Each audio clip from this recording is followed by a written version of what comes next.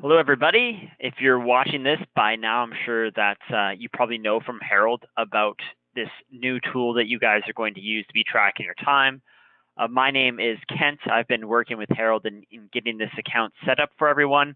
And the good news is this should be really simple, but I wanted to make a quick overview video of some of the more common things that come up or the basics that you need to know. With that said, if there are questions that you have at any time in using Function Fox, feel free to reach out to us in the customer service team at any time by clicking on this little icon in the top right-hand corner of your account.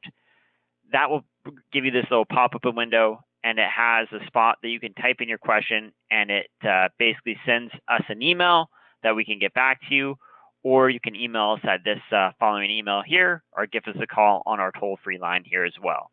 But the good news is the majority of you will probably never have to do that because this is pretty basic. So when you log into Function Fox, you're automatically going to be brought to your page that looks like this.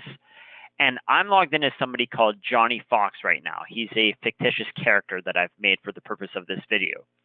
So when you track your time, it's on these three variables, but you guys will never have to really worry about changing this based on the way that myself and Harold have set this up. It's just going to be stuck on those three variables, and there's not even anything else that you can select.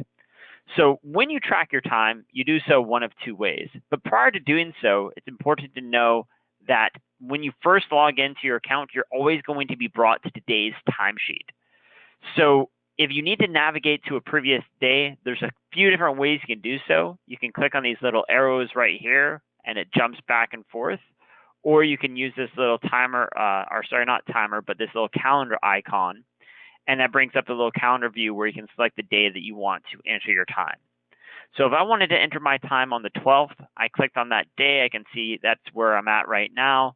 And in these two fields right here is where I'd recommend entering your time as opposed to the decimal hours, just because people tend to think more in terms of hours and minutes. So I can say I spent 2 hours and 30 minutes working on this, and then description is a field that you can add more detail to what it was that you've done. But unless Harold says so, you're probably just going to leave that blank. So whenever you press Save New, it appears as a timesheet entry, and it's as basic as that. That's how you track your time. The other way is you can enter your time in terms of decimal hours, but not too many people are thinking that they spent, an hour 0.25 is an hour and 15 minutes to track their time. So that's why I recommend using hours and minutes. Now, jumping to today's date, if I click on the Today button, it automatically brings me back here, so I can enter that time on today's date and press Save and navigate through my days that way. The other option is I have this My Week view. So if I select that, I get this little view where it shows me the entire week. So I can jump back to last week, for example, and say, I forgot to put in time on Monday, and hit Add Entry from right here and enter in how long I spent on Monday, press Save, and then it updates that right there.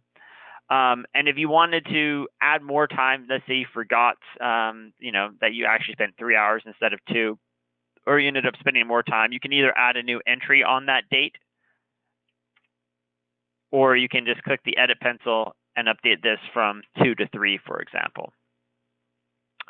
So that's really all you guys need to know. It's pretty straightforward. It's pretty basic. A couple of questions that probably will come up is, what are daily notes? What are personal notes? Daily notes are things that only appear on that day. So if I went to tomorrow and I wanted to give myself some sort of reminder, as I have put right here, it only appears on that day when I get to that day. Otherwise, it's going to be blank. Whereas personal notes are things that will stay there regardless of the day. Think of it as a Post-it note.